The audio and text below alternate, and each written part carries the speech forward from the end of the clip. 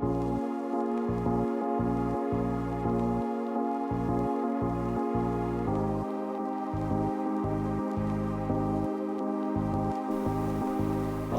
dans un nouveau carnet de bord. Aujourd'hui on est lundi et je démarre une nouvelle semaine de vlog, de carnet de bord.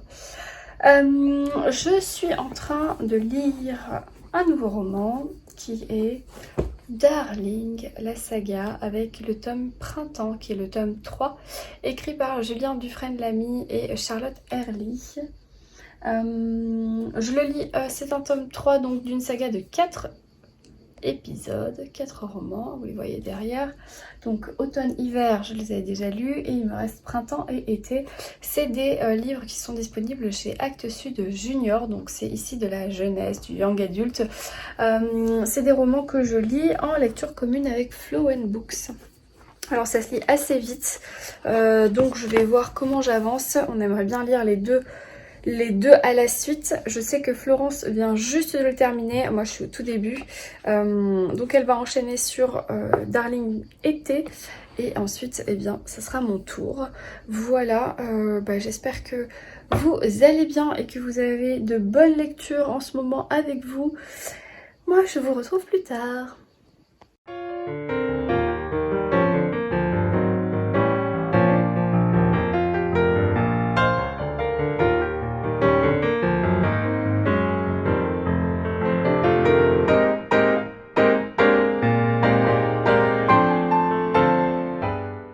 Aujourd'hui on est mardi. Du coup j'ai terminé hier Printemps de Darling. Enfin non, oui c'est ça. Le titre c'est Printemps, la saga c'est Darling et c'est de Julien Dufresne-Lamy et Charlotte Herly. Et du coup j'ai commencé mais j'ai juste lu 15 pages, 20 pages voilà. Donc été qui est le dernier tome de la saga. Vous remarquerez mon beau marque-page de chez Léa. Voilà, donc ça c'est le tome 4. Ce sera le dernier qui viendra terminer cette saga jeunesse, donc disponible chez Actes Sud Junior. Voilà, franchement pour ce tome 3, j'ai trouvé que c'était vraiment pas mal. Je vais tourner la caméra et je vous en parler mieux. Entourée de mes chats. Donc, je vous parle de Printemps. Printemps, c'est donc l'histoire de 3 personnages ici. On va avoir Eva, on va avoir Dorine et Louisil. Je sais pas comment ça se prononce exactement, Louisil. Du coup, dans ce roman, dans ce tome 3, on va suivre ces 3 personnages et ils vont avoir une problématique qui est l'affiche d'images intimes sur les réseaux sociaux et la résolution de ce problème. Donc ici, bien sûr, ce sont des jeunes filles qui vont se faire avoir par des jeunes hommes malveillants dans un... Alors je sais jamais trop un collège ou un lycée, mais pour moi, ils ont des actions d'adultes et pourtant... Ah non, je croyais que j'étais dans le mauvais format. Oui, je sais jamais trop si on est dans un collège ou dans un lycée. Alors parfois, il me semble avoir vu le mot collège. Néanmoins, je trouve que ces ados ont des actions très adultes. Et je me voyais pas faire ça au collège. Donc je sais pas, peut-être que je suis innocente et que maintenant les collégiens ont cette maturité, on va dire... Voilà, on s'arrêter là. Bref, j'ai beaucoup aimé ce tome, je crois que pour l'instant c'est mon préféré des 4 parce que j'ai trouvé que la problématique, même si dans chaque tome il y a un problème abordé, un sujet fort qui est très actuel, j'ai trouvé ici que c'était vraiment bien traité, bien écrit, surtout les 2 personnages féminins. Je trouve que quand ce sont les chapitres sur les filles, j'aime beaucoup le langage, j'aime beaucoup les réflexions qui sont amenées ici et je pense vraiment qu'un ado peut vraiment se retrouver dans ce roman et en tirer quelque chose de bon. Donc je vous le recommande. Alors bien sûr, je pense qu'il faut avoir lu les 2 précédents. Néanmoins, tu peux quand même le lire sans avoir lu les 2 précédents parce que même si c'est la même équipe de personnages, en fait on suit jamais les mêmes dans dans les tomes. Donc ici, on va pas avoir besoin d'avoir lu les histoires précédentes pour lire le 3. D'ailleurs, les tomes entre eux ne se spoilent pas tant que ça. Donc ouais, un super livre pour le langage. Pour ce qui est du langage, on en avait discuté ensemble. J'avais un petit peu eu du mal sur les 2 premiers avec les expressions très gent, très tendance, dont d'ailleurs la plupart je ne sais même pas ce que ça veut dire. Ici je trouve qu'ils en ont un petit peu moins mis, c'était un peu moins utilisé et du coup c'était pas plus mal. Il y avait vraiment que le personnage de Dweezil qui on utilise un peu plus. Mais parce que c'est un rôle qui se donne et que c'est un jeune qui se donne un genre, hein, bien sûr. Donc voilà, donc non, ce tome était plutôt pas mal, du coup j'ai bien envie de... Donc là j'enchaîne, hein, on enchaîne, pardon, avec Florence, on enchaîne sur ce dernier tome qui est encore plus court, 190 pages, donc voilà, je vais le lire aujourd'hui je pense, et si vraiment j'arrive pas à le terminer aujourd'hui, ce qui m'étonnerait... Alors je terminerai demain et donc là on terminera sur l'été et on est en ce moment en été donc c'est la meilleure période pour le lire. Voilà, donc ça c'était la saga Darling et j'ai aussi un unboxing à faire donc je vais aller chercher mon paquet et mes ciseaux. Finalement je me suis déplacée ici, je suis désolée si vous entendez du coup ma machine à laver. J'ai reçu un colis de la part de Florence, toujours Florence, hein, Flo & Books, on ne se quitte plus. De la poste du coup je pense que c'est un roman qu'elle avait eu en cadeau et qu'elle ne pensait pas lire. Et je crois qu'elle m'en avait, ouais c'est ça, qu'elle m'en avait parlé. Du coup, il s'agit de Fragonard, l'invention du bonheur de Sophie Chauveau qu'elle a eu en offert chez Folio. Hop. Et moi, ça me disait bien parce que je crois qu'elle l'a eu pour, pendant 5 morts en poche, il me semble. Et moi, ça me disait bien parce que, comme vous le savez, je suis du sud de la France et du coup, ma production d'eucalyptus est juste à côté de la production de fleurs. Des parfums de Gallimard et Fragonard notamment et d'autres grandes maisons de luxe que je ne citerai pas. Mais du coup c'est l'histoire de la ville de Grasse notamment de notre région qui a beaucoup inspiré ce type de roman. Et donc ici donc voilà, ça me parlait bien, je voulais le résumer. Fragonard, l'invention du bonheur. Du soleil de Grasse aux ateliers de Chardin et de Boucher, des intrigues pré-révolutionnaires au dictat de l'Empire, Jean-Honoré Fragonard traverse miraculeusement un demi-siècle de chaos. Dans le rougeoiement crépusculaire de la monarchie, il fait apparaître une couleur nouvelle, un jaune vie, éclatant, qui va révolutionner d'un sourire l'art pictural. Précurseur des impressionnistes, premier conservateur du futur musée du Louvre, Fragonard pose un regard nouveau sur l'amour. Il invente le bonheur. Donc ici, on n'est pas dans la famille Fragonard côté parfumerie, mais plutôt côté peinture, du coup. J'imagine que ça, c'est un tableau de Fragonard. Voilà, Jean-Honoré Fragonard, Le Baiser, 1788, collection particulière. Donc le tableau, notamment. Ici en couverture. Alors Sophie Chauveau, elle a écrit plusieurs romans, je crois qu'il y en a un que j'ai d'ailleurs dans ma pile à lire, il me semble que c'est sur Picasso. Faudrait que j'aille voir. Je vais voir. Non, c'est pas sur Picasso. Picasso, c'est Marina Picasso qui a écrit un roman sur son grand-père. Mais ici, Sophie Chauveau a écrit Le rêve Botticelli.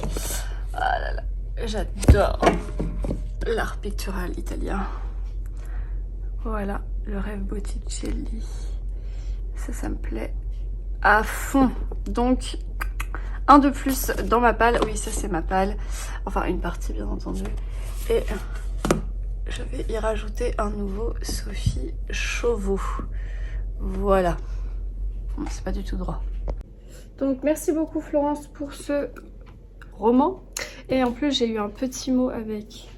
Enfin, un petit mot. Une petite carte chat. Trop mignon, j'adore.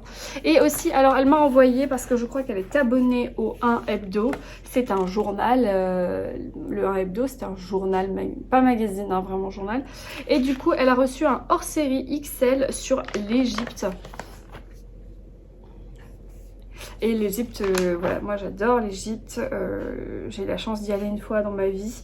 J'y retournerai avec plaisir si c'était pas aussi complexe, on va dire. Et du coup, bah écoutez ce journal qui se déplie, hein. C'est un journal comme ça. Je vous en avais déjà montré, notamment quand j'en ai acheté un au quai du Polar à Lyon. Donc tu l'ouvres comme ça, tac, et puis tac. Là tu as un article. Hop, si j'arrive. Ces deux parties-là, c'est plus facile. Après, ça va être compliqué parce qu'il faut ouvrir en grand. Oh là là, Estelle. Voilà. Ça, c'est toujours un peu plus compliqué à lire cette partie parce que je sais pas trop comment plier le truc pour pouvoir l'ouvrir. Et du coup, alors c'est quoi donc le thème? La saga de l'égyptologie. Du coup, c'est super intéressant. Je crois que ma mère a ce scribe en statuette dans sa bibliothèque, si je dis pas de bêtises. Bien entendu, la reine Néfertiti, Akhenaton, quelle histoire d'amour merveilleuse, Néfertiti, Akhenaton. Et on a... Waouh, Ibn Sambo. Ibn Sambo. Voilà, un grand poster dont vous ne voyez rien, mais qui est immense. Voilà. Et bien, on va ranger ça. Et ça sera parfait à lire cet été sur un transat, j'ai envie de vous dire. Merci beaucoup Florence, j'ai trop envie de le lire là. J'ai trop envie de le lire maintenant, avec une grande affiche de Ramsès II au temple d'Abou Simbel. Temple d'Abou Simbel que j'ai visité d'ailleurs. Donc merci, c'est trop cool comme colis. Voilà, bon ben, je vous laisse parce que là on est entre midi et deux. J'ai mon drive de course à aller chercher, donc il faut que je vous laisse. Voilà, et je vais commencer un nouveau livre audio du coup dans ma voiture. Alors, pour tout vous dire, après il faut vraiment que j'y aille. Hier, Magdalena nous a envoyé une image de son tableau d'achat de salon du livre et en fait elle nous dit qu'elle voudrait plus ou moins avoir lu tous les livres qu'elle a achetés à Brive en 2021 avant qu'on aille à Brive cette année en 2022. Donc du coup par curiosité je me dis et moi combien de livres j'ai lu de tous ceux que j'ai achetés à Brive en 2021? Et bien sur les 13 livres que j'ai achetés en 2021 à Brive, je n'en ai lu qu'un seul. Je n'en ai lu qu'un seul. J'ai lu la carte postale, voilà c'est le seul que j'ai acheté et lu depuis Brive. Brive est un salon du livre qui se passe en mois de novembre, hein, c'est le premier week-end de novembre, et je n'ai lu qu'un seul livre. Et donc là, je me suis dit, waouh, Estelle, ça craint. Alors je sais que j'ai une pile à lire, une bibliothèque à lire de 500-600 livres. Je ne me mets aucunement la pression, mais en fait, c'est plus par curiosité. Et du coup, eh bien, je me suis dit, bon, allez, je vais essayer d'en lire un petit peu plus quand même. Je ne lirai sûrement pas la totalité d'ici Brive. Même si c'est pas 10 livres qui me font peur sur 3 mois, c'est juste que j'ai pas envie de me mettre la pression, c'est pas un concours, et qu'il y a d'autres choses qui me font envie, et que je suis complètement mon feeling, donc voilà, donc je ne vais pas lire tous les livres de Brive. Néanmoins, du coup, j'ai quand même choisi un de mes livres de Brive à écouter sur Audible, parce que c'est un pavé, parce que le lecteur avait l'air plutôt cool, et donc il s'agit de L'apothicaire de Henri Lovenbruck, donc voilà, que j'ai acheté à Brive, dédicacé et tout, et c'est un roman historique et je vous en reparlerai une fois que j'en aurai écouté un petit peu plus, puisque là j'ai écouté genre 5 minutes. Donc je vais prendre ma voiture, je vais aller chercher mon drive de course, écouter mon livre audio et je reviens plus tard. Hello, aujourd'hui on est mercredi et je viens pas vous parler de ma lecture parce que j'ai quasiment pas avancé dans le dernier tome de Darling, mais parce que j'ai reçu un paquet. Alors je pensais que c'était un paquet de plomb parce que j'attends une réception de la maison édition, mais je suis pas sûre que ce soit ça.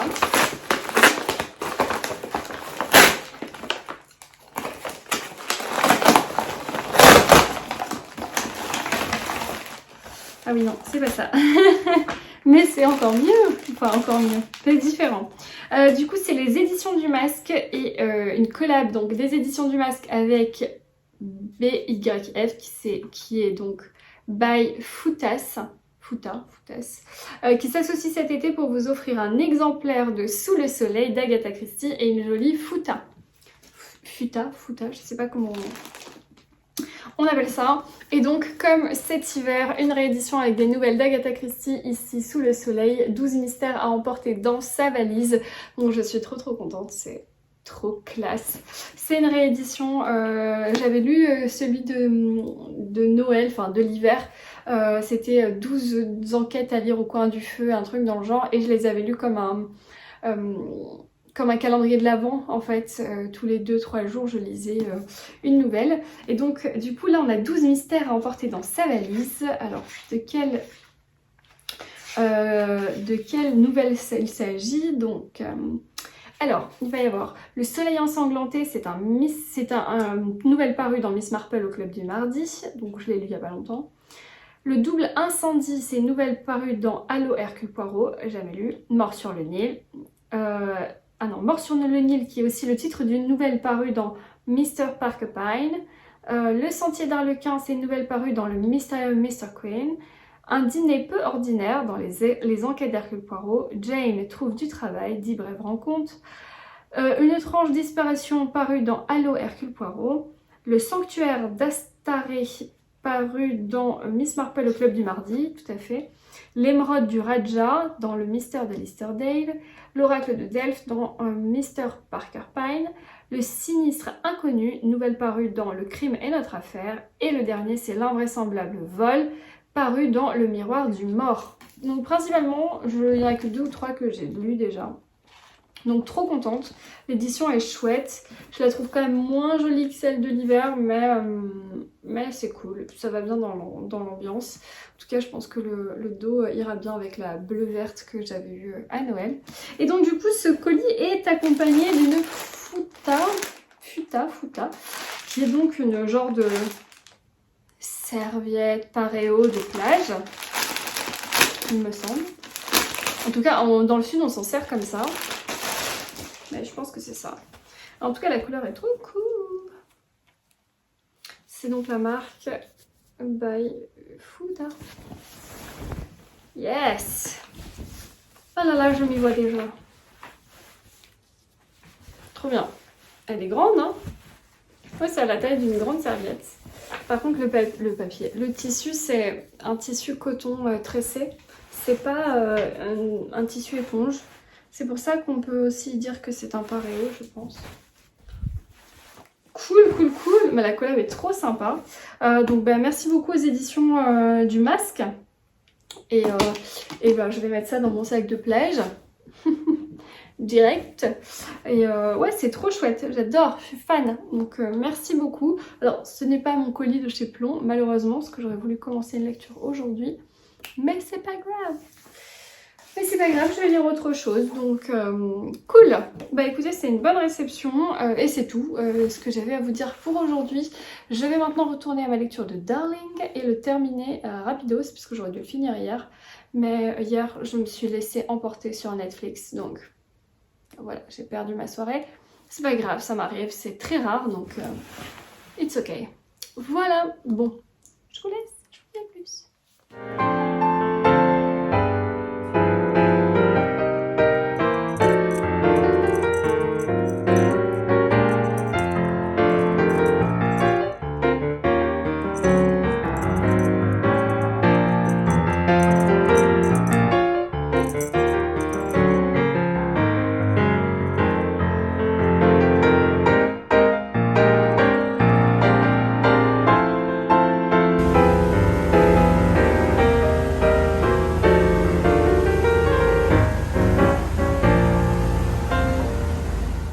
Hello, j'espère que vous allez bien. Aujourd'hui on est lundi, j'ai plein de choses à vous dire. Je suis en compagnie de Nelson.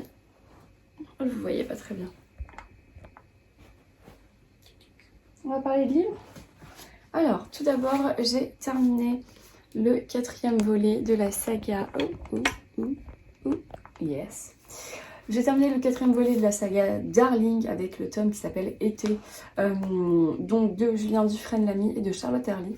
Dans ce tome, on est sur la même lignée que le 3e volume, je trouve, donc il y a vraiment une différence entre les 2 premiers et les 2 autres, au niveau de la qualité d'écriture, au niveau des sujets abordés aussi peut-être qui m'ont un peu plus parlé que les sujets des 2 premiers tomes. J'ai beaucoup aimé ce tome, mais je préfère quand même le 3. Là, c'est un peu, on sent que c'est un peu pour clôturer, donc on repasse un petit peu sur tous les personnages qu'on a vus pendant les 3 premiers tomes, et on fait le bilan, en fait. On fait le bilan, même s'il y a une problématique encore ici abordée, qui est notamment être drogué à son insu, qui est en plus un sujet hyper actuel sur la Côte d'Azur, puisque en ce moment il y a des gros soucis de piqûres et autres dans les clubs et les autres lieux festifs de la Côte d'Azur. C'est un gros souci actuel ici, depuis le début de l'été, où il y a une espèce de vague de touristes et du coup une vague de peur sur ce sujet. Et donc là, les personnages, ils font face. Donc c'était un petit peu intéressant. En plus on est sur la période de l'été, la période des fêtes et autres. Donc ça m'a, voilà, j'ai trouvé que c'était agréable à lire. J'ai passé un très bon moment dans ce tome, de cet épisode-là. Je pense que voilà, c'est une saga que je suis contente d'avoir lue, mais je pense pas être la cible pour ce type de saga. Pour moi, c'est vraiment pour les 14-15 ans, même peut-être plus jeunes. 13-15 ans peut-être. En tout cas, si vous avez des ados dans votre entourage, n'hésitez pas, c'est vraiment des super romans parce que les sujets sont très profonds et on parle de vraies problématiques actuelles abordées sous un œil très bienveillant par les auteurs. Il y a beaucoup de bienveillance, il y a une vraie morale en fait dans tout ça. Évidemment, le langage, c'est pas un langage que j'aime lire, mais c'est un langage très auditif, puisque c'est beaucoup de phonétique, on est sur un langage de jeunes. Ça m'a beaucoup moins choqué dans le tome 3 et 4, donc je pense qu'il y a eu un travail aussi de la part des auteurs depuis le Covid est passé par là, peut-être qu'ils ont eu le temps de travailler plus, j'en sais rien, ou de revoir leur position, je sais pas du tout. J'en ai pas discuté avec les auteurs en direct. Mais c'est mon ressenti. Après, la saga dans son ensemble, elle est cohérente, elle se suit bien. Les personnages qu'on y découvre dans le tome 1, on les connaît et on s'en rappelle dans le tome 4. Donc voilà, c'était mon avis sur cette saga avec ce 4e tome. Et je l'ai lu avec Florence, donc on est plutôt contente. Au moins, cette saga est clôturée, ce qui n'arrive pas souvent de clôturer les sagas. Je sais que j'adore en commencer, mais pour arriver au bout, c'est pas facile. Du coup, ma nouvelle lecture dans ma pochette Eucalyptus. Pochette qui n'est plus disponible d'ailleurs puisque c'était une pochette en solde et vous avez été nombreuses à m'envoyer un message pour me demander la référence. Et il n'y a plus ce modèle, c'est sur My Books Création. Et que je l'avais trouvée et elle n'est plus disponible, mais il y a plein de motifs super canons, donc si vous voulez aller voir, c'est une pochette molletonnée. Bref. Donc du coup, toujours avec les copines, je lis, enfin nous lisons, enfin non, je lis parce qu'elles l'ont toutes terminé, sauf moi comme d'hab, les chroniques de Bond Street de MC Bittons. Donc MC Bittons, vous la connaissez sûrement pour sa très fameuse saga Agatha Raisin. Agatha Raisin qui est un petit peu, je trouve en France, la première à avoir fait vraiment une place au Cozy Mystery. Donc je pense que ça date de 2017-2018 où on a commencé vraiment à lire Agatha Raisin en France et à s'habituer à ce genre un petit peu nouveau. Donc j'aime beaucoup MC Bittons pour ça, même si aujourd'hui elle n'est plus de ce monde. Ses écrits sont quand même pas mal diffusés en France avec ses différentes sagas Cozy Mystery. Elle en a 3. Agatha Raisin, Hamish Macbeth et Lady quelque chose que je n'ai jamais lu d'ailleurs. Après Agatha Raisin, j'en ai lu 2. Je suis pas ultra fan parce que je n'accroche pas avec le personnage d'Agatha. Sinon pas la façon dont c'est écrit, ni la façon dont le Cozy Mystery est abordé. Ça j'aime beaucoup, mais j'aime juste pas le personnage d'Agatha. Je sais pas pourquoi. Du coup, j'ai un petit peu laissé tomber cette saga. Et par contre, j'avais bien aimé Hamish Macbeth. Je crois que j'ai les 6 premiers tomes, j'en ai lu 4 ou un truc comme ça. Et du coup, je me suis pas lancée dans la nouvelle saga qui est sortie en France, là, je crois, l'année dernière. Lady quelque chose. Même si potentiellement ça aurait pu me plaire au niveau de la trame historique, parce que c'est une enquête un peu historique dans l'époque victorienne. Mais je ne m'y suis pas lancée parce que déjà je suis à la bourre sur toutes mes sagas, donc j'ai freiné un petit peu la chose. Par contre, ça, ce n'est pas une saga Cozy Mystery. Donc du coup, j'ai voulu voir autre chose, et puis les copines m'ont aussi un petit peu boosté pour le lire. Donc c'est un tome 1 qui regroupe 2 histoires, et ce n'est pas des Cozy Mystery parce qu'ici on est sur de la romance historique, puisque on est sous l'ère de la Régence à Londres. Et on va suivre différents personnages. Alors la couve est super sympa. Ici on va suivre différents personnages 6 personnages notamment, 6, qui sont en fait ce qu'ils appellent des parents pauvres, c'est-à-dire qui font partie de la haute bourgeoisie londonienne, sauf qu'ils sont désargentés. Ils ont le titre, ils ont des biens immobiliers super merveilleux, mais ils n'ont absolument aucun argent pour vivre. Donc en fait, ils vendent petit à petit leurs bijoux, leurs vêtements, leurs objets pour pouvoir manger, pour se nourrir, parce qu'ils arrivent à un stade où en fait, c'est bien d'avoir un titre de lady machin chouette, si tu peux pas manger, tu vois. Donc ils n'ont presque plus de domestiques, ils vivent comme des pauvres, mais toujours avec un titre. Donc cette communauté secrète, en fait, ces personnes-là qui se ressemblent dans leur misère vont s'allier pour ouvrir un hôtel. Et ça va être l'hôtel sur Bond Street. Donc en fait, ils vont mettre un petit peu leur orgueil dans leur poche pour faire du commerce, donc devenir commerçants avec cet hôtel. Sauf que bien sûr, toute la curiosité de la haute société va venir dans cet hôtel, et il va y avoir plein d'histoires, d'aventures et autres. Ici, on est donc il y a deux livres, il y a 2 histoires, pardon. J'ai presque fini la première. Et la première, c'est une histoire d'amour.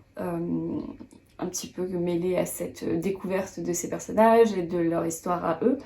Et ensuite, la deuxième histoire, je ne sais pas du tout ce que c'est, mais je crois que le titre nous disait...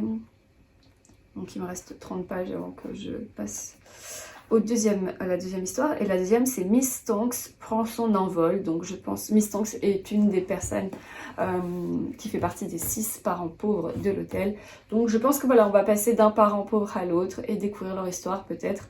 Mais ici derrière, il est quand même marqué que c'est la meilleure romance anglaise sur la Régence par MC Beaton. Donc je pense que voilà, on n'est quand même pas du tout sur du Cozy Mystery. Au début, j'avais pas lu le résumé, je m'attendais à trouver des cadavres, mais au bout d'un moment je me suis dit non mais c'est bizarre et je pense pas qu'il y ait un meurtre dans cette histoire. Et puis je lis ce petit truc et je me dis mais c'est pas du tout un Cozy Mystery. C'est pas grave, je trouve ça fun. Pardon. Je trouve ça fun, je trouve ça doux, c'est mignon, c'est gentil, on est sur une époque un peu post-victorienne, donc l'ambiance est là, les cancans sont là, enfin voilà, moi j'aime bien, je trouve ça mignon. Je sais pas si je continuerai la saga parce que là, je sais que les sagas de MC Beaton sont assez longues. J'en ai 50 000 à lire, donc je sais pas. Mais déjà, je vais essayer de le terminer là très rapidement parce que les copines ont fini et que moi, je n'ai toujours pas fini. En tout cas, il fait 363 pages, mais notez bien qu'il y a 2 histoires. Par contre, le format est un peu plus grand qu'un format Cozy Mystery. C'est à la limite du brochet. Oh, pas du tout. Voilà, c'est à la limite du livre brochet, donc c'est un format un peu différent et qui est aussi un petit peu plus cher, je trouve ça dommage, puisqu'ici on est sur 19,90 €, donc c'est un peu dommage pour moins de 400 pages sur ce type de littérature. Le format Cozy Mystery suffisait, et je pense pas qu'ils sortent de livres de poche suite à ça, donc ça fait un peu cher, mais bon. Je sais aussi qu'il y a pas mal de problématiques avec notamment la fourniture de papier.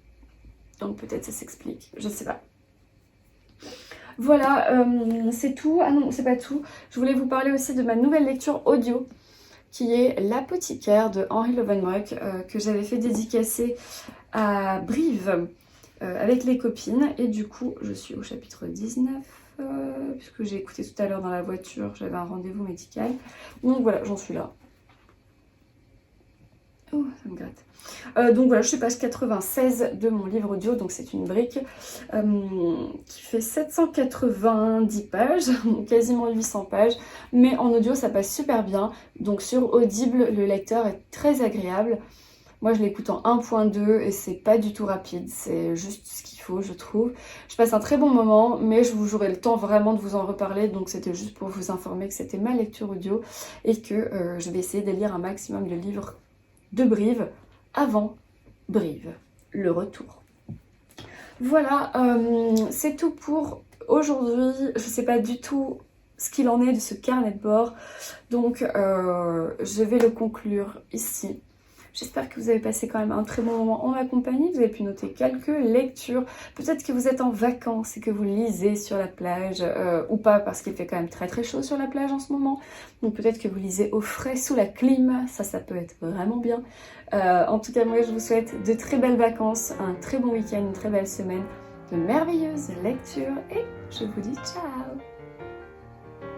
Tu dis ciao toi aussi? Ciao. Tu nous fais un petit clin d'œil? Ciao, ciao. Donc, bye.